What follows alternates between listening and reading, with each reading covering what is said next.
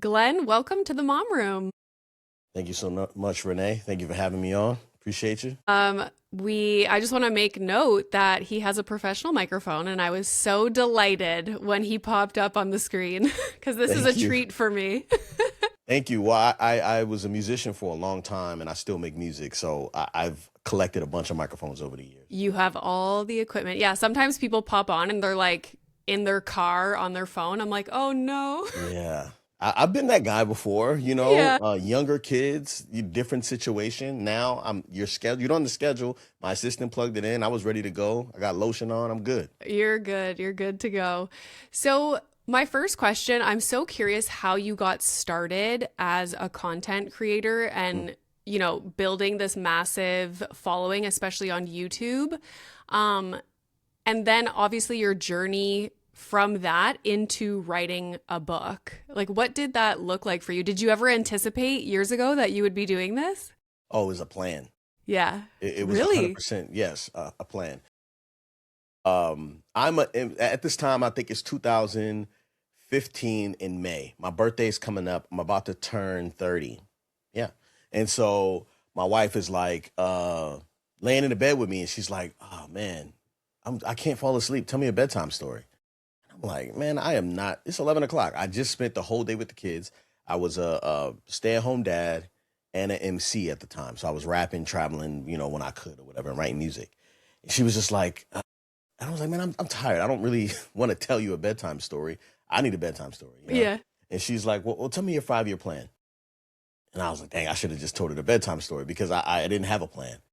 So I said, I don't know whatever God has for us. Just trying to like take the easy way out and be passive. And she's like, I trust you with my family and my future, and you don't have 5 years planned out. And then she rolls over and goes to sleep. And I am stuck. I am confronted with the fact that I do not have my next steps planned out. And my wife is literally asking me just for a plan, and I can't even give her that. Oh, I was very distraught and confused. I couldn't sleep for a couple of days. I called one of my nosy friends and I was like, bro, my wife asked me what my 5-year plan is. I don't know what my 5-year plan is. I need help. He was like, well, come on by my office. He pulled up this big whiteboard and he was like, all right, so what's your 5-year plan? I said, I don't know. He said, what's your 10-year plan? I said, I have no idea. He said, what's your 15-year plan? I said, well, I don't know what I want to do, but I know I don't want to be telling people like, I don't want to be rapping at 45. Hmm. You know what I'm saying? So he was like, okay, well, what do you want to be doing? I said, I want to be telling people how great it is to be a father. Mm. I was like, because I never knew. He was like, okay, well, who are these people you want to be like, where are they? I was like, I don't know. Well, 15 years, they'll be parents, so they're probably in middle school now.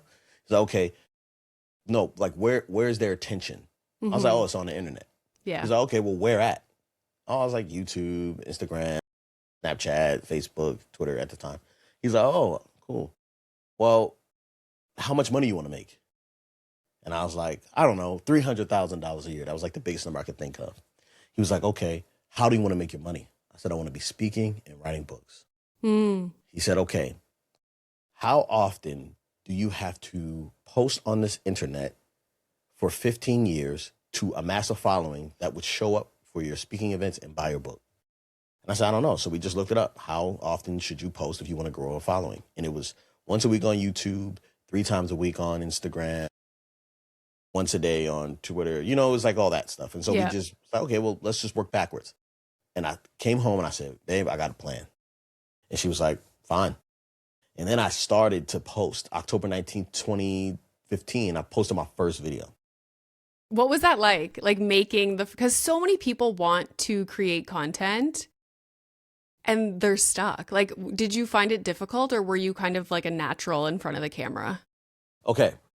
So I was not a natural in front of the camera. I was not a natural storyteller through film, but I knew how to edit video and I Mm. knew how to uh, like write music.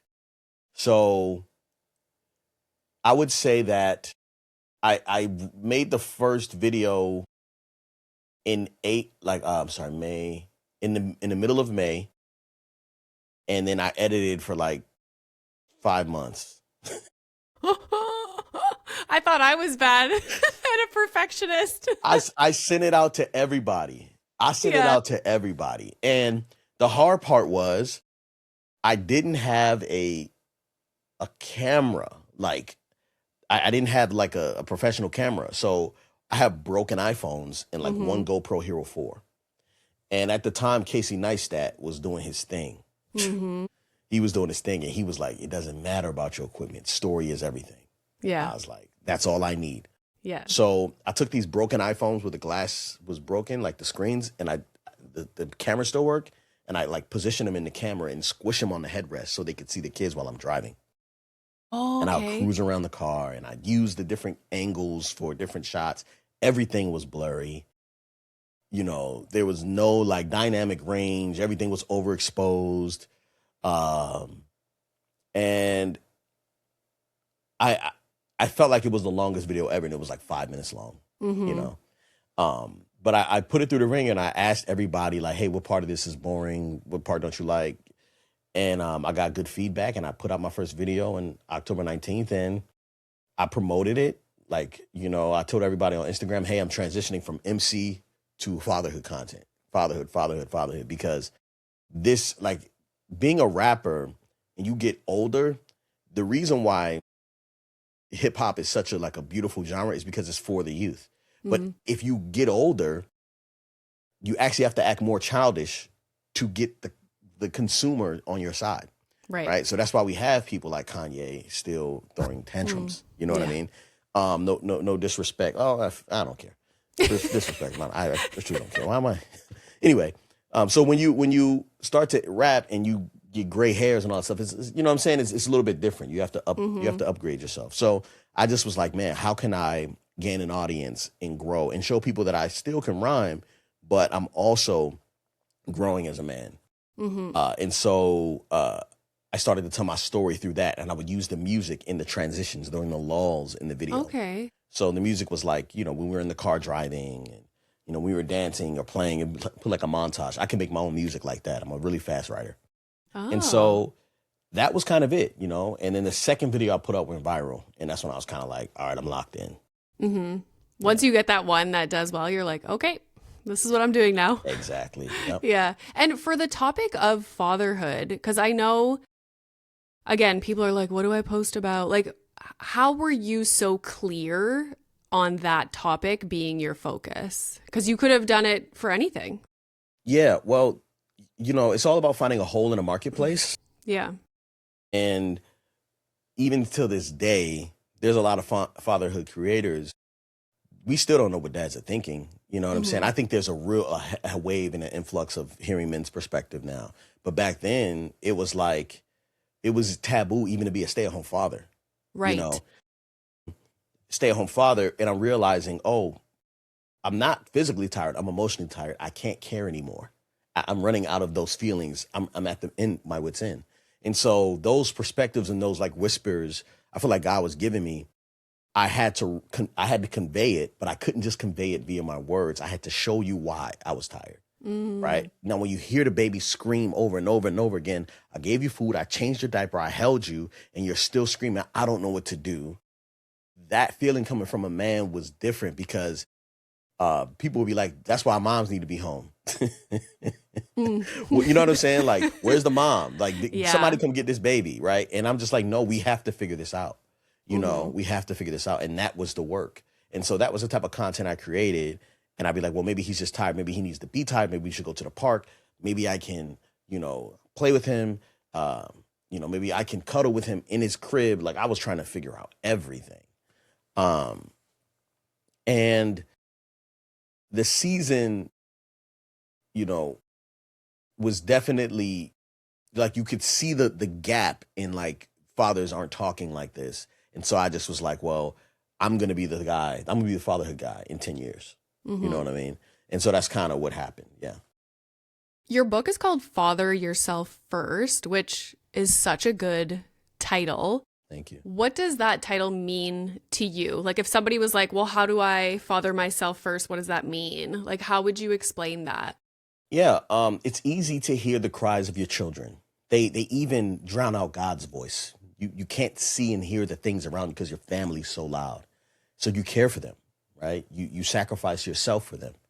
Uh, and at some point you get to the point where you realize you're a better father than you are you. You're a better, you. Like, you don't treat yourself as good as you treat your children. Mm. And so I started to look at myself as not a part of my family, but someone for my family to consume and for me to produce for. Like, I'm a resource for my family. And I began to see that I needed, like, people watch my videos and go, man, I wish I had a father like you. Mm. And I go, me too. And so I started to really apply the same messaging that I would give to my children, very gentle, very kind. I started to turn that into my inner voice, because my inner voice was very negative, very loud, very condescending. I speak real bad about myself all the time. Mm. And I realized that you don't age out of that. You just contain it until you can't anymore. And then it becomes who you are as an adult or grown up. And then when your kids get older, you start to take that same tone with them. And so I was just like, I can't not grow. If I need a father, because I'm waiting for my dad to show up in a way that finally gives me all the gems that I've been missing. And the truth is, he ain't got them. Mm-hmm. But I do. And I'm like, well, when my kid grows up, I want to do this for him. I want to do this. And I'm like, okay, actually, I can do this for me now. And I can start to change my inner voice and speak to myself in a way like I wanted my father to, I needed my mother to. Where do you think that came from? Because, like, you have a very successful YouTube channel. You've written this book. Like you said, like, you have the resources. A lot of men look to you for advice and guidance. How did you get that? Like, where do you think that came from? I don't know. I think it's a certain makeup in me. I'm very analytical, and I think about stuff a lot, and I wait to learn. I'm gonna be honest with you. Like, I feel like God is whispering to me when I'm experiencing things. Mm. Right? When my wife had our daughter, and we had a home birth for my daughter, but every birth before that was in the hospital. And I heard, like, in the hospital, it's like you could hear the machines beeping. Everyone's like kind of rushing around and pushing you out the way and like, oh, you're welcome, but stay over there. It's like a very frantic environment. And I noticed that when we did the home birth, my wife told me when the contractions were coming and the birds outside got silent. Mm. And I was like, what is that? Like, the whole street got silent and the whole house was in tune to my wife's body. And I heard the Holy Spirit. I don't hear God speak to me like that. Maybe twice in my life. This was one of them. The Holy Spirit goes, it could be like this all the time. Like, your whole house can be on mission and focused on one thing. And I was like, oh. So it's like, it's moments throughout my experience.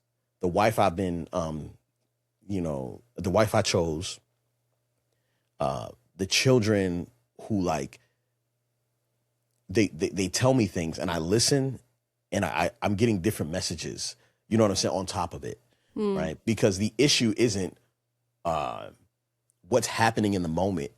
The issue is who we are becoming.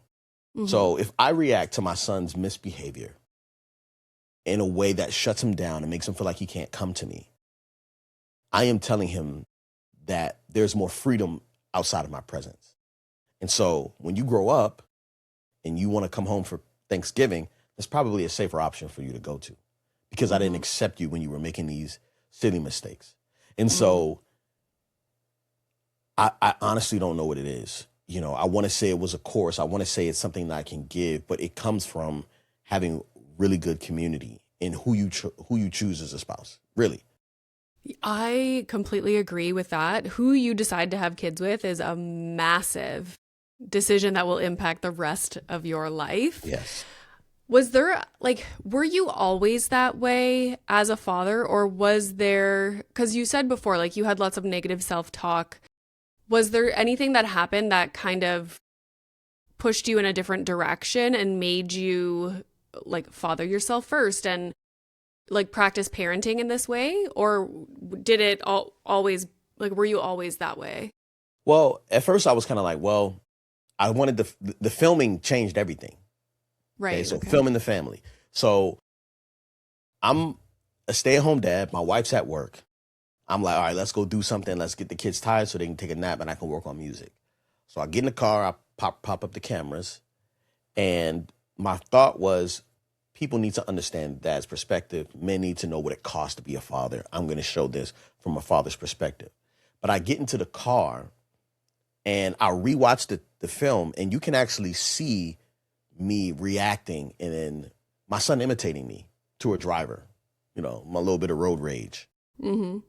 You can see, I didn't even know like the heat was up too high. My children are sweating in the back. I'm just moving. And so it's like, I don't know so much because I can't see the angles. Mm. And so if I slow down and give myself time to process what has happened and then hear from other people's perspective, like, I don't know anything. Because when I came into it, my wife was like, hey, you should be a stay-at-home dad. You should quit your job, be a stay-at-home dad. I'll make more money than you anyway. You can make money from home. I'm like, all right, that sounds boring. It's going to be easy. What do stay-at-home moms do all day anyway? I don't know. Was that I feel like a lot of dads will Yeah. relate to that. Yes, absolutely. It's going to be boring. All I got to do is turn on Sesame Street and make, waffles. It's easy. And then like 2 days later, I'm crying in the bathroom with the door closed and my children are crying. I'm watching myself, like trying to encourage myself. There's a different level of tired. And so if you're not used to it, it will make you confront feelings you didn't know you had. Mm-hmm. Right. And so I was off until I realized that there was a perspective I needed to understand. And so I was like, oh, I don't know anything. I know nothing. And even my wife had to adjust when she became the stay-at-home parent, because she'd come home and she'd be like, what did you do today? Mm-hmm. And I'm like, everybody's alive. That's all that matters. Leave me alone. Mind your business. You know what I'm saying? Yeah. I used to tell my husband, I was like, I'm going to put a GoPro on my head so you can see what I did. Like, yes. Yeah. Yeah. And I think he deserves to see that. And so when my wife came home and she was a stay-at-home parent and I started working in the agency that I was trying to build, I could look at her face and tell she needed a few days off. Mm. I could see, because she couldn't see it when I needed it. You know what I'm saying? And so I was able better to serve her because of my position.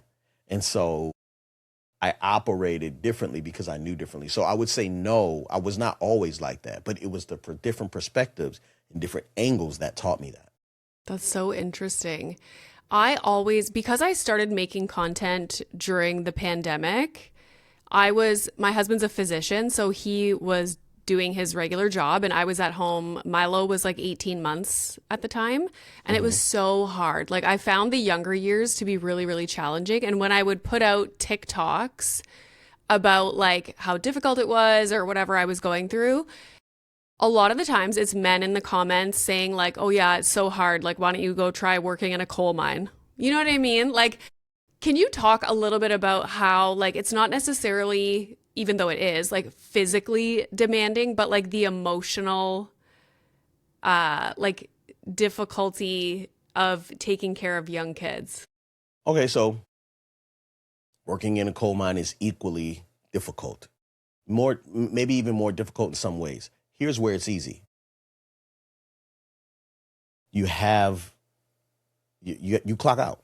Mm-hmm. Right? In every other position, you clock out. You go home. Have time off. There's an end. There's an end. What being a stay-at-home parent does for you, or being a primary caregiver to a child does for you, and especially if you have a child that is special needs, right? There is no light. You can't even fathom an end, right? You're always kind of alert, and you never really get into a deep sleep. Imagine, your whole day is busy taking care of them, and then they get sick and they can't breathe laying down. So they have to sleep on you sitting upright so they can breathe, and you don't sleep, right? And then you do it again the next day. And you do it again the next day. And it's Yeah. like, you actually miss, like, I think you end up like you're slowly dying in that season of parenting, right? And because also you lack hope, you know what I mean? If you don't have a community of people who have been doing it before you and around you. And as a father, there was nobody, you know? So I'm sitting here and I'm like, you know, all I'm doing is dealing with fluids. I got snot, I got throw up, I got 2 different kinds of poop. You know what I'm saying? I got, Yeah. you know, milk, and you know what I mean? The milk spills, and then they get into the baby powder, and then, you know, who knows what, it's just all over the place. And then you also feel like, man, am I even doing a good job at this? You know what I mean? You know what the objective is when you go to work. As a parent, you don't know that. And so, you know, it's very daunting in the long term. And so if you don't really have a passion for what you do, it's not just your life at risk, it's your child's life, you know? And then, you know, no one tells you you did a good job. Yeah. You get no raise. It's You know? not, I feel like our society is so, like, we value money. It's not a job. It's not hard work if you're not being paid for it, which I think is why stay-at-home parents don't get, like, everybody says raising kids is the hardest thing in the world. It's the hardest job in the world. But our society and, like, culture doesn't treat it that way. Like we're not, especially in the US, like, I'm in Canada, but, like, the parental leaves, all of that kind of stuff. It's like, it's the hardest, most important job in the world, but nothing matches to people saying that. Yeah. And that's what I'm saying. So, like, I think what's important for a lot of men who deal with this is like, okay, well, if it's so easy, switch roles. I think every man should at least be a stay-at-home parent for like 3 weeks at least. No, wife's gone, you're on duty, you know? Because then you'll start to see like, okay, I can't do both of these. Your work is valuable, my work is valuable. And so when I get off of my job, then I clock in to help, you know, at home. It's really interesting and hard to see that. And one time my wife and I were working out with a trainer, and the trainer, we both doing kettlebells, and I'm doing my kettlebells, she's doing her kettlebells, and I'm lifting the weight and I'm focused. And she's like, why is his look so light? And the trainer's like, don't worry about his weight. You focus on yours. Right. Yeah. And then she's looking like sideways. She's doing her, you know, whatever the swings, the kettlebell swings. And she's like, it doesn't look like his weight is heavy enough for him. And I'm struggling. And the trainer was like, don't worry about it. So then we go to the next circuit, and she runs over to my weight and picks it up. And he goes, what are you doing? And she goes, oh, it is heavy. Right. And so I think the hard part about in marriage and relationship is that we want our partners to understand the weight we're carrying when it's really not ours to understand. Right? I don't want my wife to feel the weight I'm carrying. I want her to know I'm doing my fair share of the work. Right. And that's what we have to do. It's a lack of trust when you say, oh, well, why don't you go try doing this? Yeah, you don't trust that it's hard. And even if you do it for 3 weeks, you also have an end, right? So you know that it's over in 3 weeks. I also want to say that I know that parenting is the hardest job, but it's harder to raise yourself because we see a lot of parents having temper tantrums. Why don't you want to come here for Christmas? You don't love me, right? We see a lot of that, and it's because you are still childish. And it's not my responsibility to raise you at an old age. You got to grow up. Yeah. And that's what I'm really trying to fight with this book, that we can say, hey, I care about my future with you and I want to invest in it. So I'm not going to stop learning and growing now. And I'm not going to max out at parenting you because as soon or later I'm going to become your peer if I don't have any more wisdom to bestow onto you. So I need to grow myself up.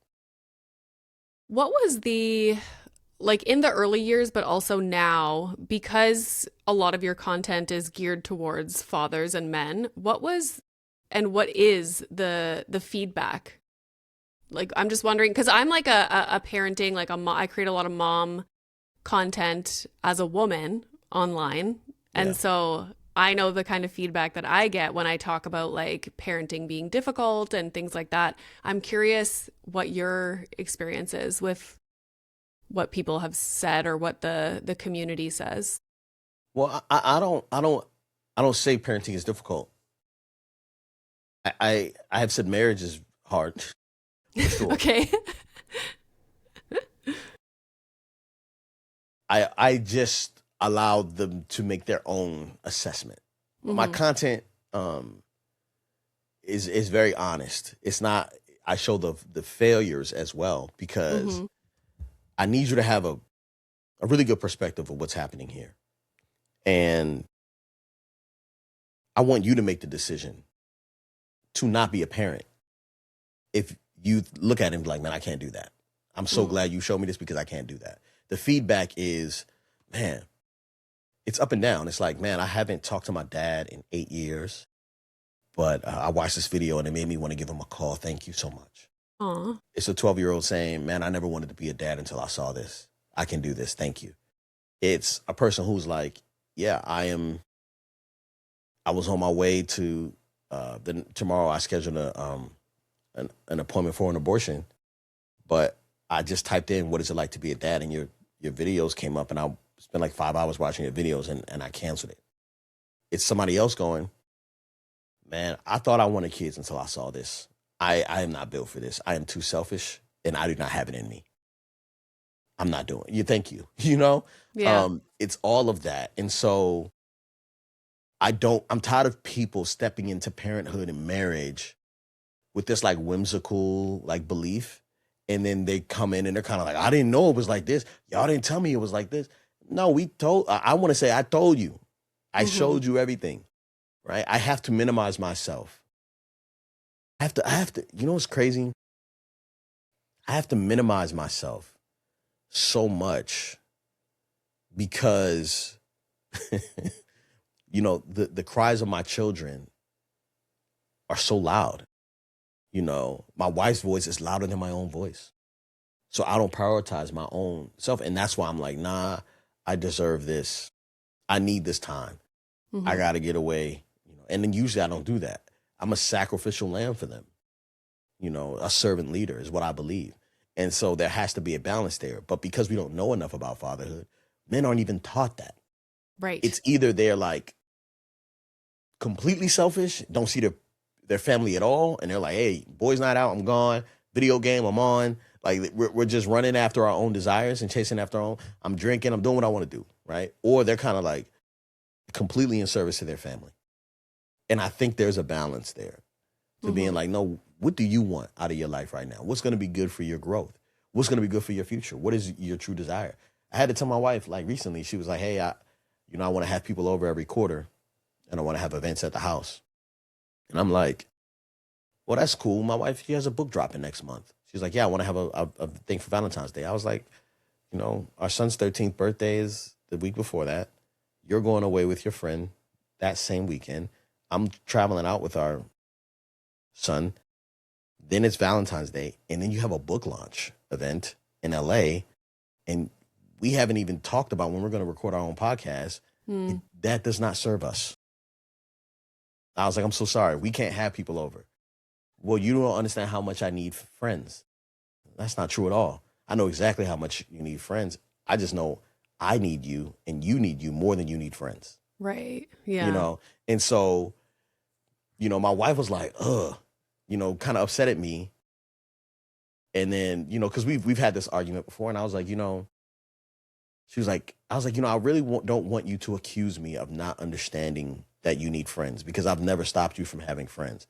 I'm just saying that this month it doesn't like it's a good option for us. But I'm an expert in you. I study my wife like crazy. She knows that I know more about her cycle all that. I'm I trying to love tell it. you. Like she starts talking weird.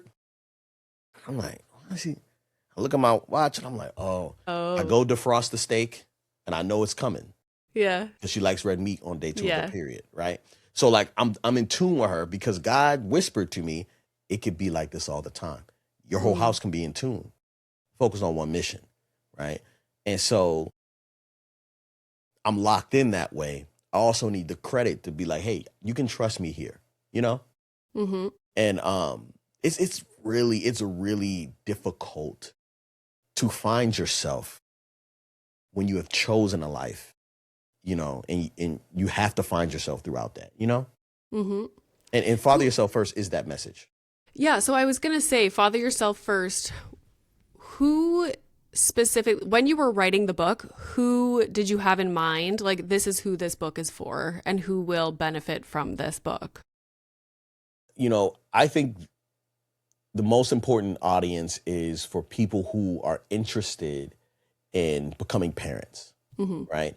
Because they usually are like, man, I don't know if I can do this, right? And they're inquiring against their fears to become parents, right?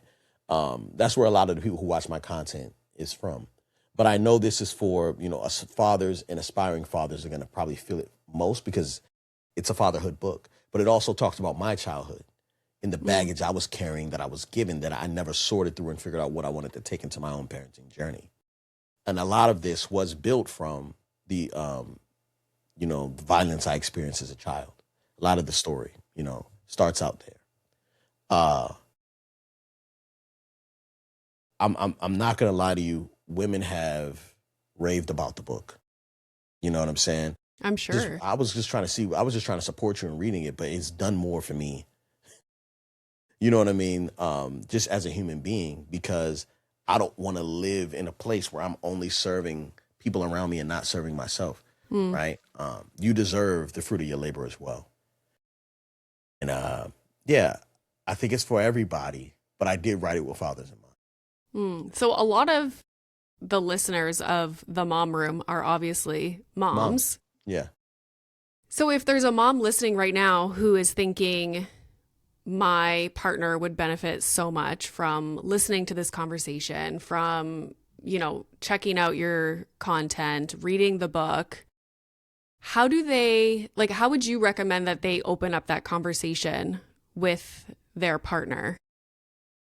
Well, I don't know if you guys had it in Canada, but are you from Canada originally? Yeah.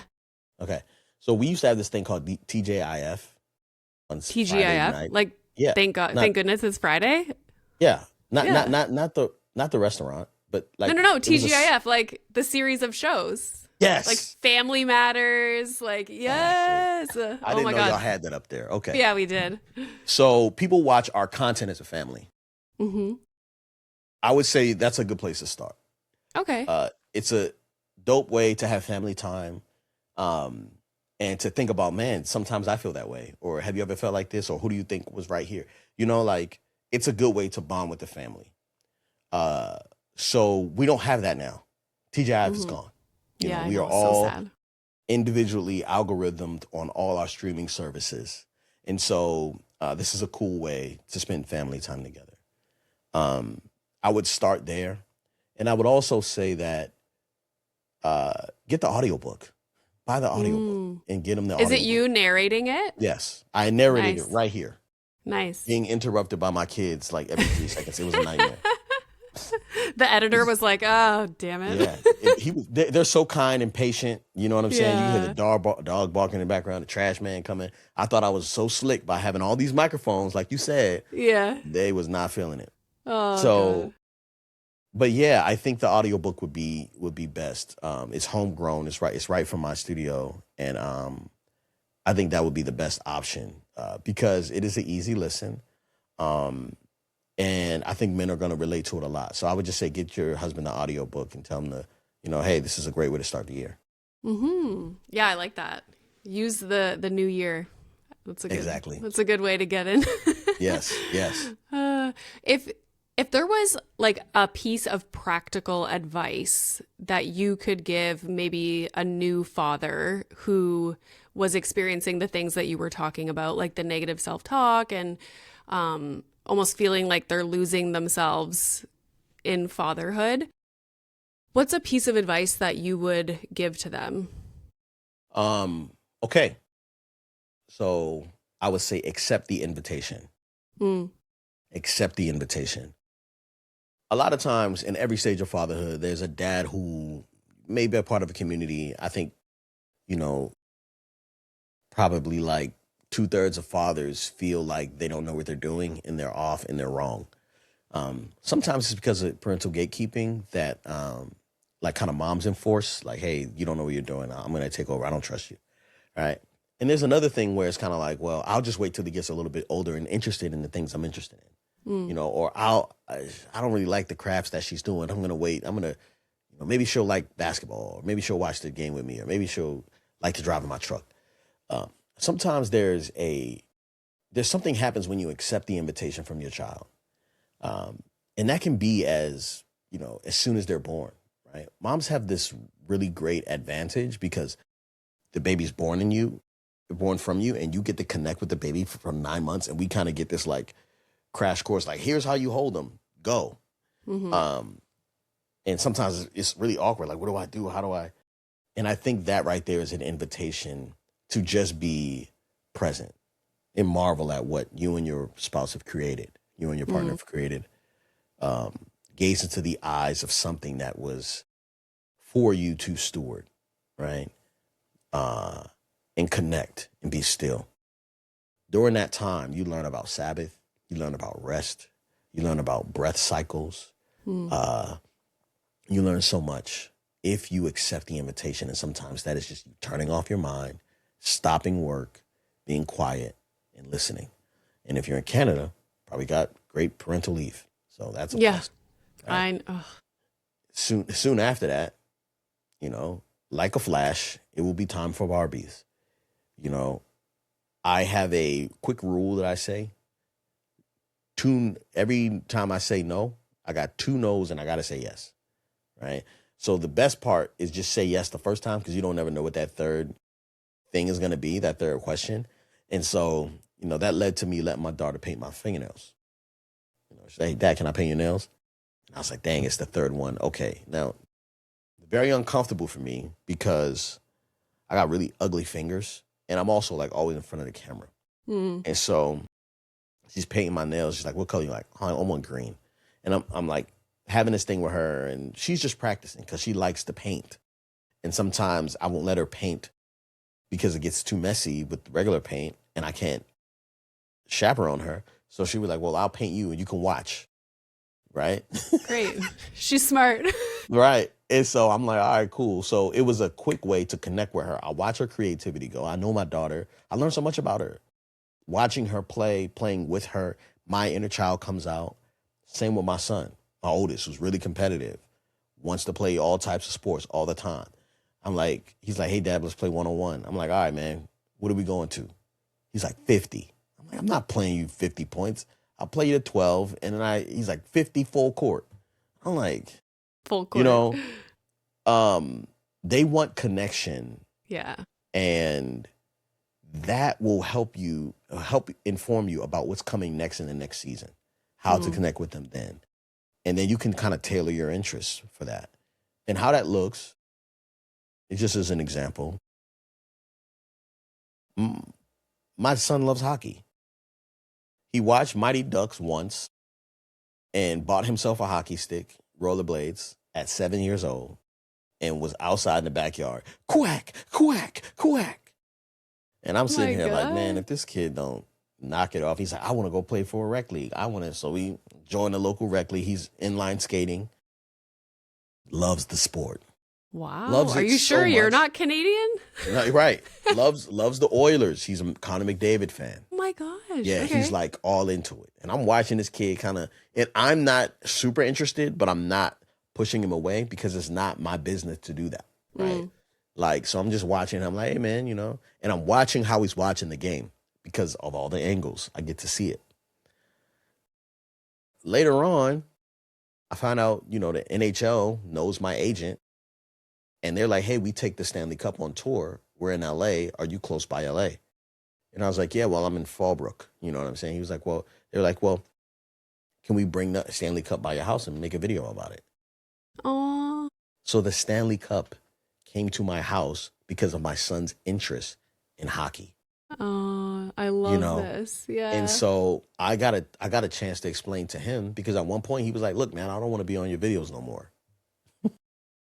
And I was like, hey, like, that's fine. You don't have to be in them. You know what I'm saying? I took probably like 400 videos off the internet, you know what I'm saying? Because he didn't want to be on camera anymore. And he was like, and I was like, but this is what happens when you tell your story. Right. You know what I mean? Um, and so I think accepting the invitation does a lot for you, right? Mm-hmm. It shows you that it's not always about you. And dang, I wish someone would have, invested in me in this way. And it also says, I still have time to invest in me now, Mm. right? There's Like it's never invitations too late.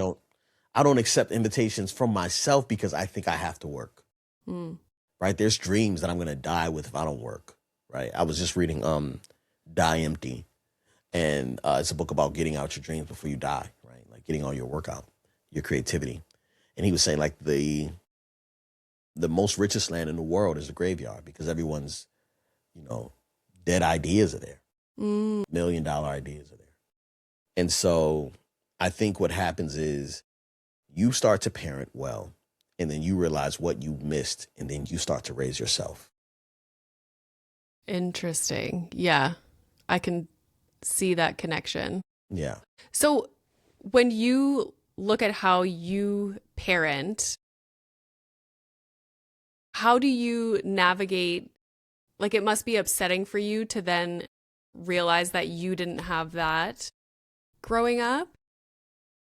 Yeah. I think, I first I got really upset, That's what I'm saying. Like it must, because I know a lot of people have kids and then they're like, well, what the hell? Like, how did my parents do that to me? I can't imagine doing that to my child. Do you know what I Right. mean? Yeah. I was sitting here and my dad was over here, and I was like, Dad, it'd be probably a good idea for you to go to therapy, talking to him. And he's like, man, this is kind of like therapy. We've been having these deep talks in my garage, Mm. going deep, and I'm kind of encouraging him. And at one point he goes, it's kind of like you're the dad, Mm. you know? And I was like, yeah. And then I go in we finish the conversation and I walking away. I'm like, man, I hate that. Because I started to get jealous that my dad had me in a way I never had him. Right. Like, I who's going to do that for me? Right. You Mm-hmm. get jealous. You start to get like, why, God? Mm. And I was talking to my therapist about it. I was like, bro, I need you to help me with this immaturity because I don't know if I want to feel envious of my father. Right. And he's like, who better than you? Mm. He's like, who better than you for your father to see where he could have done better?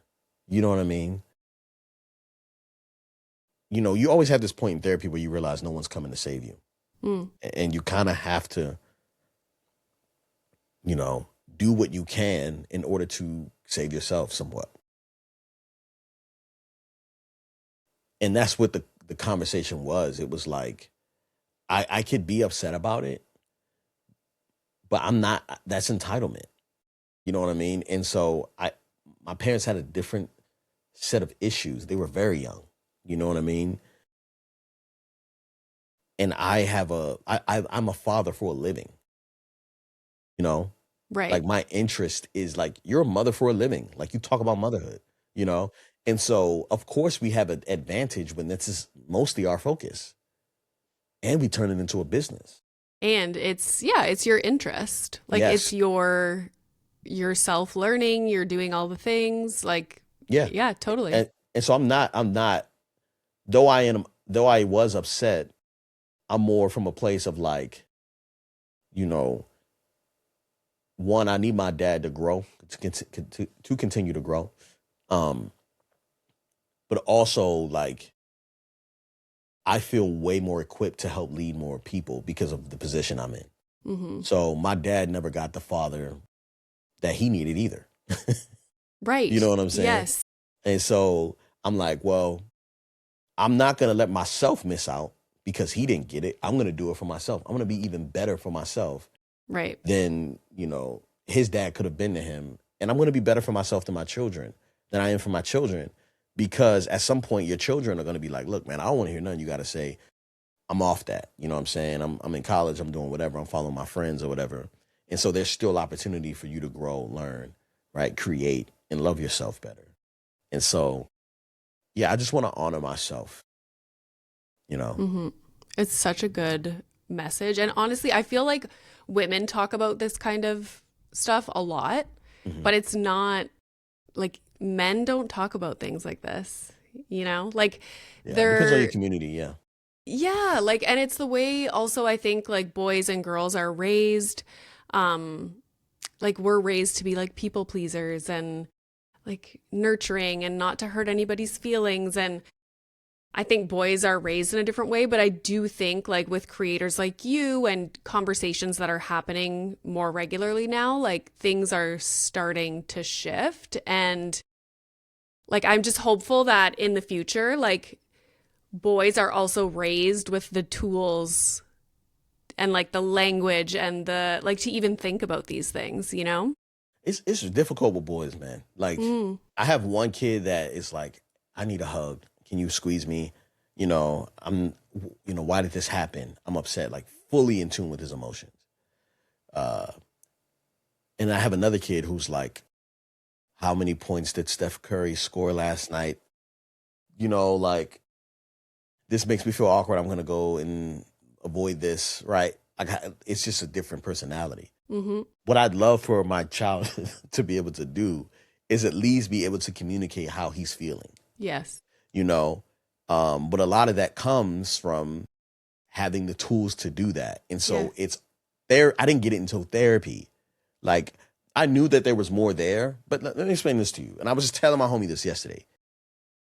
For Black men, having a full access, like a Black man in a modern age, is like being an archaeologist, because we know that there's something underneath the surface. We've just never seen it. So we have to go through with a trowel, with a brush, with a wooden skewer to see what those things are and figure out how we use this to inform our present and our future. Those feelings, we weren't even allowed to feel. We were slaves. You know what I'm saying? And then we were told we were less than human. And then we got our rights. And then it was kind of like, yeah, but we have this prison system that's going to keep you confined if you get out of line. Right? And so the whole thing is like, where can I be human? Every Saturday morning, I do a Black men's meeting. So I just have men coming in Zoom and we just talk. And it's an open floor. And I asked the question, I said, how many men in a room feel like they can be 100% of themselves in their home? No one said yes. No one said it. Right? And so if you can't do that in your own home, where can you do that? Right. And so I think we have to normalize men having feelings, and then processing those feelings, in a safe way. And one of those ways could be therapy. There are people trying to do retreats, but some people put it all into sports. Some people put it all into, jujitsu or whatever. But I think there has to be a wide range of that. But that is a parent's job, right? And so in order for your son to see it, you have to allow your husband to have that processing space. And for you to be like, I don't understand how you're feeling, but I want you to have the space to express yourself. And I'm not going to be offended for the sake of your son. Yeah. I know. It's so like, and I always think about this, how like my husband is my like safe space, my, I don't know, he's a physician, he's a surgeon, he's very like even keeled, very like reserved, very like never raises his voice, very, But I always say like if he stubs his toe and he like goes, oh, like that, like affects me and like I feel bad. But it's like, oh my God, my strong person who like not like runs everything, but who is like the safe space, you know, like he's like having a reaction. And that's not good, you know, but I'm very self-aware that that happens. But it's also the thing of like if your partner is having a bad day, like I'm very good at being like, oh, I'm feeling so anxious today. I'm, you know, XYZ. It's understanding that like that's not a reflection on you. And like Yeah. you're not having to fix this. Like I'm just confiding in you and you're my safe space. But Yeah. it's interesting that you said that. I was just thinking about how like and my dad was the same. Like he was very like reserved, like very like not emotional, like very logistical and like, you know, and my husband's the same way. And if he stubs his toe and has a like reaction, I'm like, oh no. But Yeah. it is And so, interesting. so I, and those are the type of guys I'm like, I hope he has friends. You Mm-hmm. know what I'm saying? Mm-hmm. Not because I'm concerned that he can't express himself, but that's abnormal. No, I You know what I'm saying? totally agree. Like, like I just want to say, like, man, I'm hoping that, you know, those men have the space to get it out. Yeah. Because what I feel is I was telling my dad and I was telling everybody, I was like, you know, I'm not scared to die. I'm scared that I can't die because the people around me will fall apart if I do. Yeah. You know, because I have to keep it together Mm-hmm. at all times. And as soon as somebody comes in here with a problem, I gotta drop what I'm doing to solve it. I'm on Mm-hmm. call, Yeah.